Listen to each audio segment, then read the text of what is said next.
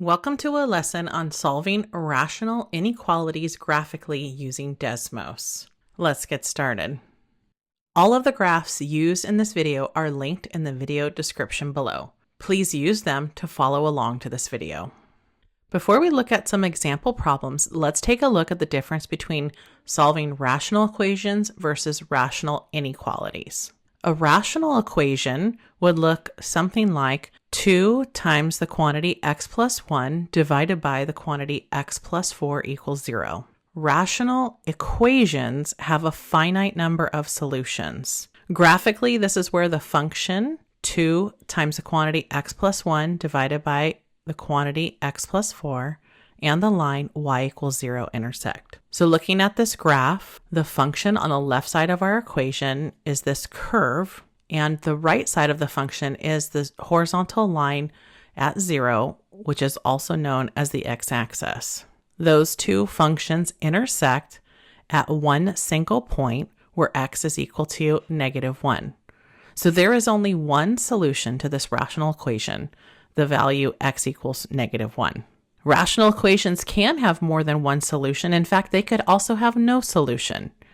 Now, a rational inequality, on the other hand, might look very similar to a rational equation. This one is 2 times the quantity x plus 1 divided by the quantity x plus 4 is less than 0. For rational inequalities, you have potentially an infinite number of solutions. And graphically, this is where the function is above or below the line. So in this case, we're still using the same function, 2 times the quantity x plus 1 divided by the quantity x plus 4, but this time we're looking at where is this function less than 0. In other words, it's asking me where does this function dip below the x-axis? Well, there's an entire region where this graph dips below the x-axis. Let me emphasize where the function drops below the x-axis by shading that area in green. Every single x value where the function dips below the x-axis is considered a solution to our inequality. So this means that every x value between -4 and -1 would be a solution to our inequality. So rational inequalities differ from rational equations because there are usually an infinite number of solutions. Whenever we have an infinite number of solutions, we tend to write our answer using interval notation. Let's go over a few reminders about interval notation. We use different types of brackets to denote which points are included or excluded from the solution set. To show that a point is included, in interval notation we use square brackets. Graphically, we use a solid dot or a solid line to represent points that are included. To show that something is excluded in interval notation, we use parentheses. Graphically, we use open dots or a dashed line to show points are excluded. Now let's review the steps on how to solve a rational inequality using Desmos, then we'll look at a few examples together. The first step is to rewrite the inequality in standard form so that 0 is on one side. This step is very important, especially if you were trying to solve the problem algebraically. Then we'll enter the left and right sides of the inequality as two separate functions, say f of x and g of x. Third, we'll locate the x-intercepts and vertical asymptotes of the graph. Then step 4, we'll analyze the graph to determine where the inequality is true. In other words, we want to find where f of x is less than g of x or f of x is greater than g of x. That will depend on our original inequality.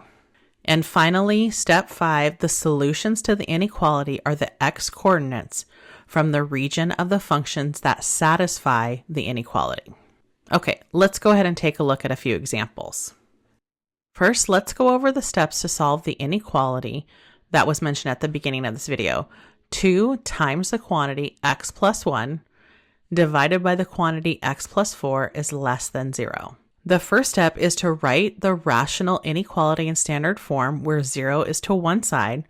This one already has 0 on one side, so that first step is already done for us. Now we're going to go over to Desmos and we're going to take the left side of the inequality and enter it as the function f of x. And we're going to take the right side of the inequality and enter it as g of x. And because we're looking where 2 times the quantity x plus 1 divided by x plus 4 is less than 0, ultimately we're going to be looking for where f of x is less than g of x. Let's go over to Desmos to solve this inequality.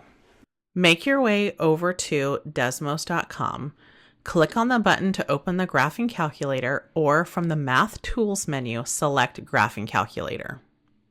When the graphing calculator opens, you should be looking at a blank graph. Let's go over to the left-hand side and enter f of x and g of x into 2 separate cells. F of x is equal to 2 times x plus 1 divided by the quantity x plus 4, and g of x equals 0.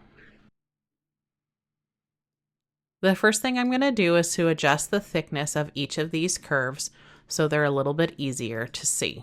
Step 3 is to locate the x-intercepts and vertical asymptotes of the graphs. It looks like the x-intercept is at the point -1, 0.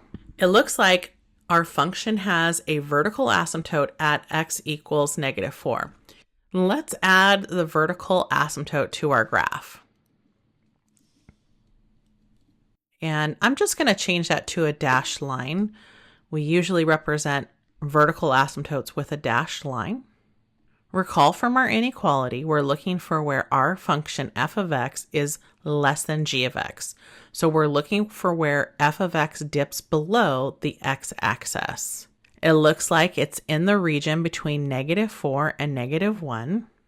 Go over to the left-hand side and add your inequality in terms of f and g. Desmos will highlight the window that satisfies the inequality. As we mentioned earlier, it looks like the x values between -4 and -1 are the values that satisfy this inequality. Note that -4 cannot be included as a solution since there is a vertical asymptote at that point and it is not in the domain. -1 is also not included in the solution set because we're looking for where f of x is strictly less than 0 and f of x is equal to 0 at -1. So we cannot include this point. To summarize, using Desmos, we found that the x values that satisfy this inequality are x values that are between -4 and -1. So as an inequality, we would write this as -4 is less than x is less than -1. In interval notation, we would write that as the interval from -4 to -1, excluding both -4 and -1 by using round parentheses. Let's take a look at another example. Let's solve the inequality. The quantity x minus 3 is divided by the quantity x plus 2 is greater than or equal to 0. We'll use Desmos to help us solve this problem. Our first step to solve this inequality is to get 0 to one side. It looks like this one is already in standard form because it already has 0 on one side. So let's call the left side of this inequality f of x and the right side of this inequality g of x. So ultimately, we're going to be looking for where f of x is greater than or equal to g of x, as that corresponds to our original inequality. Let's go back to Desmos and edit our functions to show f and g. Since g of x is still 0, I will leave that one alone, and I'm going to edit f of x to match the function we're working with. So f of x was x minus 3 divided by the quantity x plus 2, and g of x was just 0. Our third step is to locate the x-intercepts and vertical asymptotes. It looks like we have an x-intercept at 3, 0, and we have a vertical asymptote at x equals -2. Let's add the vertical asymptote to our graph. Now recall, we're looking for where f of x is greater than or equal to g of x. So we're looking for where f of x is greater than or equal to 0. Another way to say that would be to say we're looking for where our function f of x is greater than or equal to the x-axis. So it looks like we have an entire region to the left of -2 where the function f of x is above the x-axis. Then it dips below the x-axis, so this region in the middle would not be included. Then after our x-intercept at 3, the function goes above the x-axis again. So in this case, it looks like we have two regions where f of x is greater than or equal to g of x. Once again, let's type our inequality in terms of f and g right into the left side of Desmos. It should highlight our area that we're looking for. The first region that satisfies the inequality are the x values that are less than -2. We must exclude -2 since there is a vertical asymptote at -2 and it is not in the domain of the function. Our second region that satisfies our inequality is where x is greater than or equal to 3. Since we're looking for where f of x is greater than or equal to 0, we can include x equals 3 into our solution set because this is where the function is equal to 0 since it is an x-intercept. Let's summarize our solution. We found that there are actually two regions that satisfy this inequality. We found our solution to be x values that are less than -2 or x values that are greater than or equal to 3. Using interval notation, we would write our solution as the interval from -infinity to -2 with a round parenthesis on -2 to exclude it, union the interval from 3 to infinity with a square bracket on 3 that can be included since the function is 0 when x is 3. Here's an important pro tip you might find helpful. If you're unsure whether an endpoint should be included from your interval, substitute it into the original inequality. If the statement is true, include the endpoint. If it's false, exclude it. So let's say you were unsure whether to include or exclude both -2 and 3 as a solution. Let's test x equals -2. Let's plug it in and test whether or not it's true or false. This would give us the quantity -2 minus 3 divided by the quantity -2 plus 1, and we want to know if that is greater than or equal to 0. Simplifying the left-hand side, this would give us -5 over 0, and we want to know is that greater than or equal to 0. On the left-hand side, -5 divided by 0 is undefined. So that is a meaningless statement in math. So this is a false statement. Since it's false, we need to exclude x equals -2 from our solution set. Now let's test the value x equals 3. Plugging that in, we would have the quantity 3 minus 3 divided by 3 plus 2. And we want to know, is that greater than or equal to 0? Well, this would be 0 divided by 5. Is that greater than or equal to 0? Now 0 divided by 5 is actually just 0. So is 0 greater than or equal to 0? That is true. So that means we need to include x equals 3 to our solution. So our final solution being the intervals -infinity to -2, union 3 to infinity. Finally, let's solve this last inequality. The quantity x plus 5 divided by the quantity x plus 2 is greater than -2. Our first step is to ensure that this is in standard form with 0 to one side. This inequality is not in standard form. The first thing I need to do is to add 2 to the right-hand side. That would give me 0 on one side of my inequality. But what I do to one side, I need to do to the other.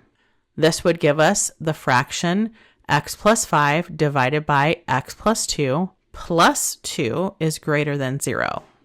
Now, if I were going to solve this algebraically, I would need to do some work to simplify the left-hand side.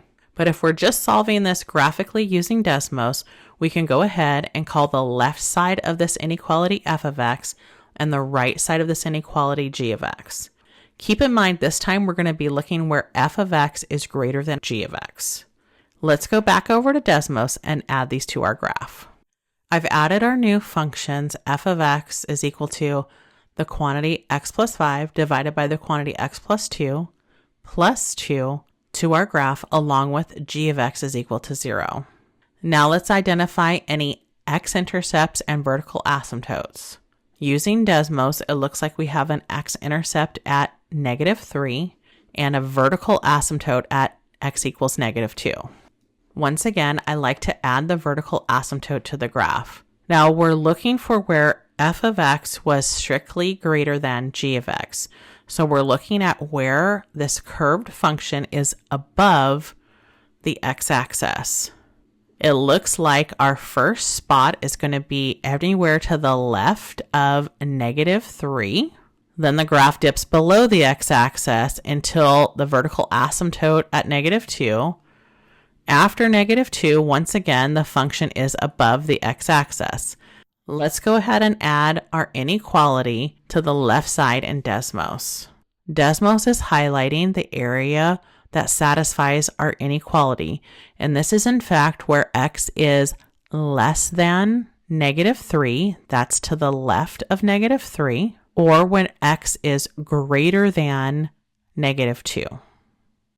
We found that the solution set includes two regions, where x is less than -3 or where x is greater than -2. Our answer in terms of interval notation would be from -infinity to -3 with round parentheses on both, union from -2 to infinity with round parentheses on everything, since all endpoints are excluded.